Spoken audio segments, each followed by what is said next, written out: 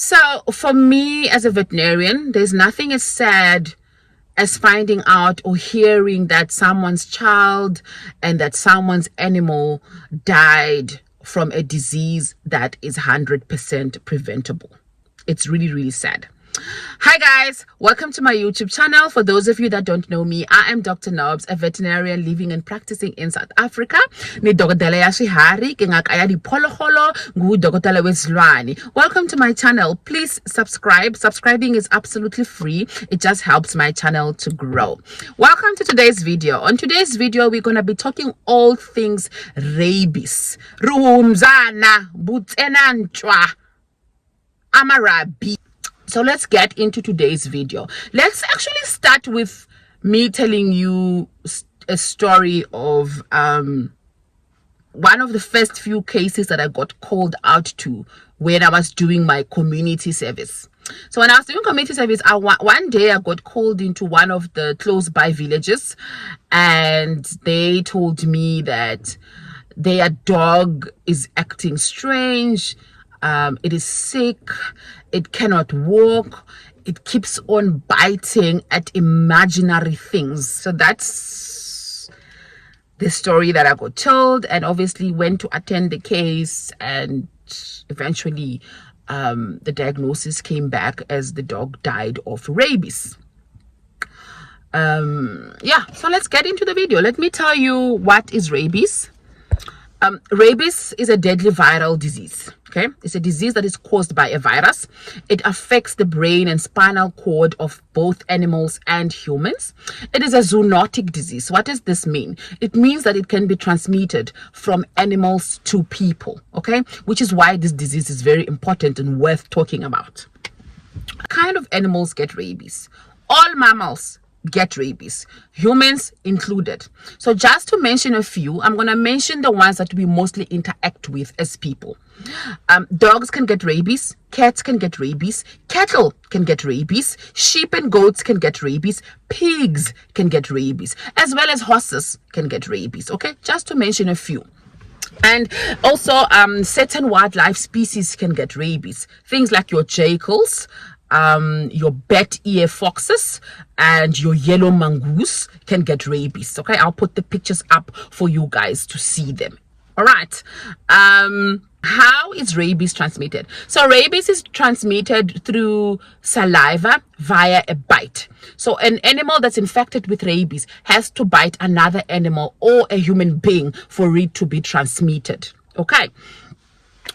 Another thing worth mentioning is you cannot get rabies from just touching an animal that has rabies or that potentially has rabies, okay? But you can also get rabies if an animal that has rabies licks an open wound, or licks your eyes, or licks your gums, if I can put it like that. You can get rabies, okay, from that. And then let's get into what symptoms can you see of rabies in your pets. So on this video, we're going to focus on pets. We'll make another video where we talk about cattle and wildlife, and we'll make another video where we talk about people and what people should do if they think they were exposed to rabies. So stay tuned to my channel and subscribe and click the notification bell so that you don't miss the next video that I post about rabies. Okay, so let's get back to this video. Symptoms on pets that you should look out for. As I explained in my story when I started the video, they can be like a change in behavior. Okay, you can see a change in behavior in your pets. You can see a change in behavior. They can get very aggressive. They can have like a lot of saliva, so they can drool, they can struggle to eat, they can get paralyzed, and they can just be biting at random things. You know, cases I've been called out to is dogs biting at trees, dog biting at fences, dogs becoming aggressive towards people, and like not even its owner that used to be very friendly with, all of a sudden can't touch this dog. Okay, so those are some of the symptoms that you can look out for. There's also the dumb form of rabies that we talk about, which is where you see your dogs just being paralyzed and being weak and drooling a lot, but not necessarily aggressive, if that makes sense. Okay, so those are some of the symptoms that you can look out for in your pets for rabies.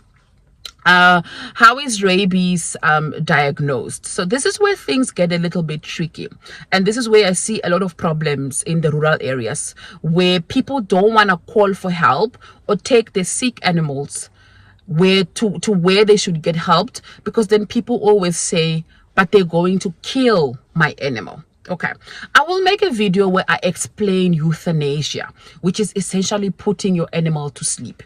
So unfortunately, rabies can only be diagnosed through a brain sample. Okay, so that means that if we suspect, or if you call a veterinarian, or you call Department of Agriculture, State Veterinary Services, or you call welfare organizations to come and help you, if there is if they suspect that your animal could be having rabies, we have to put that animal to sleep and open its brain and take that brain away to the lab for us to have a diagnosis. This is very important.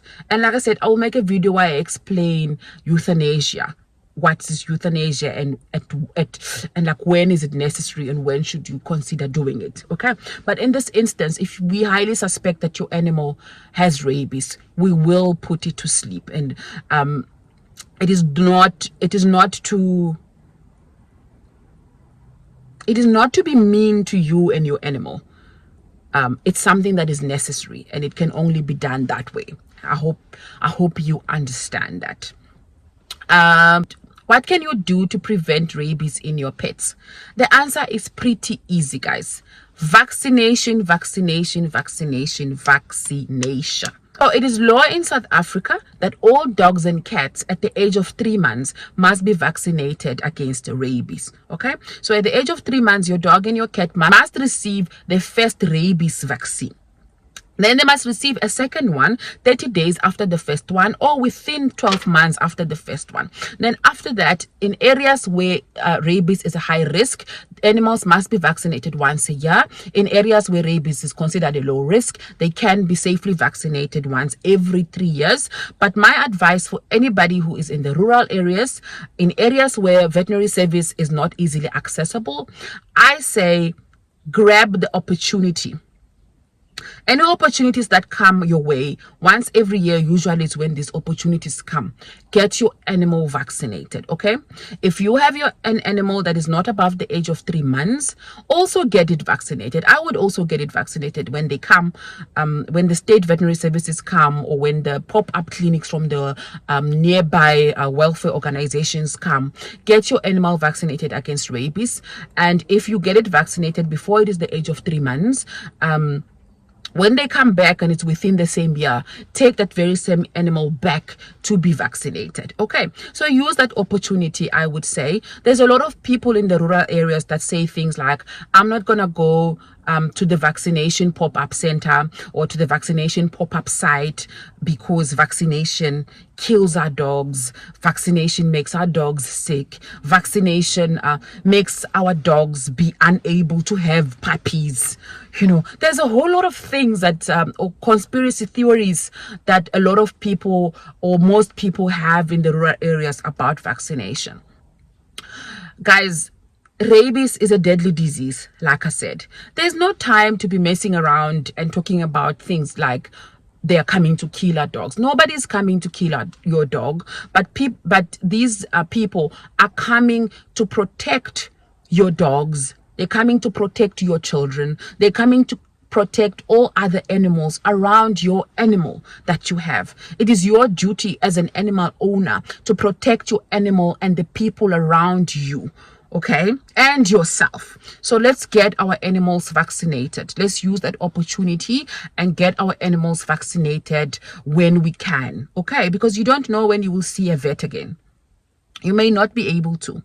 Okay, and for those that are close to veterinary clinics and have access to state veterinary clinics, or are close to private veterinarians, please take your dogs through to be vaccinated. All right, and your cats to be vaccinated. So guys, I'll see you next week where I will talk more about rabies in other species, and I'll also make another video where I talk about what to do if you think you or your animal was exposed to rabies, as well as what to do if you get bitten by an animal. So stay tuned, click the notification bell so that you don't miss my next video, because these are very important videos and this is a topic that's very close to my heart. And maybe I will make another video in Tsonga. I think I will, actually, I don't know, but I might. My Tsonga is not that good when it comes to veterinary things, but I think I'm gonna make another video about rabies in Tsonga